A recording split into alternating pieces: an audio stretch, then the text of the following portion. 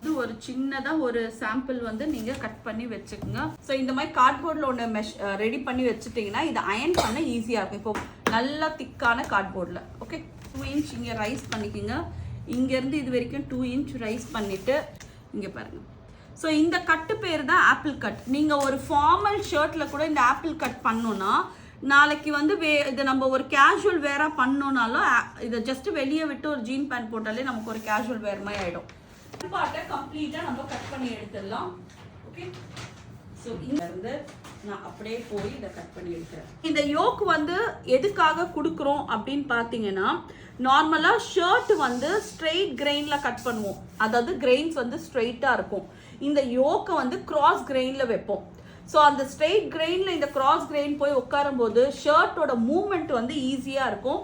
இன்னொன்று வந்து கையை வந்து மென்ஸ் வந்து நம்ம பைக் ஓட்டவோ இல்லை ஒர்க்குக்கு அதிகமாக ரெகுலராக இந்த ஷர்ட்ஸ் வந்து போடும்போது இந்த கை மூமெண்ட் வந்து ரெஸ்ட்ரிக்ட் ஆகாமல் இருக்கும். அண்ட் சீக்கிரமாக கிழியாது.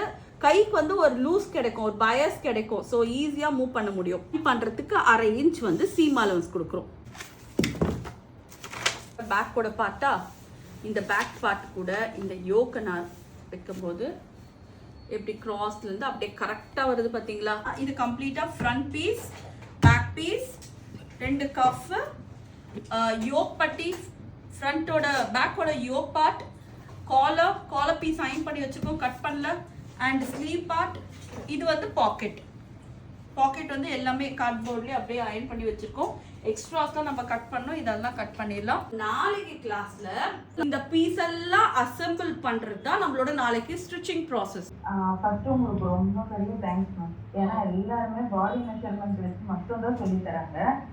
நம்ம ஷர்ட் மெஷர்மெண்ட் வச்சு யாருமே சொல்லி தரது இல்லை. நீங்க சொல்லி தந்ததுக்கு எனக்கு ரொம்ப ரொம்ப தேங்க்ஸ். ஸோ இந்த லைவ் கிளாஸோட ரெக்கார்டிங்ஸ் பார்க்கணுன்னா சுவிஷமா ஆப்பை டவுன்லோட் பண்ணுங்கள். அதில் அதோட ரெக்கார்டிங்ஸ் இருக்கும். நீங்கள் அங்கே போய் அதை பார்க்கலாம்.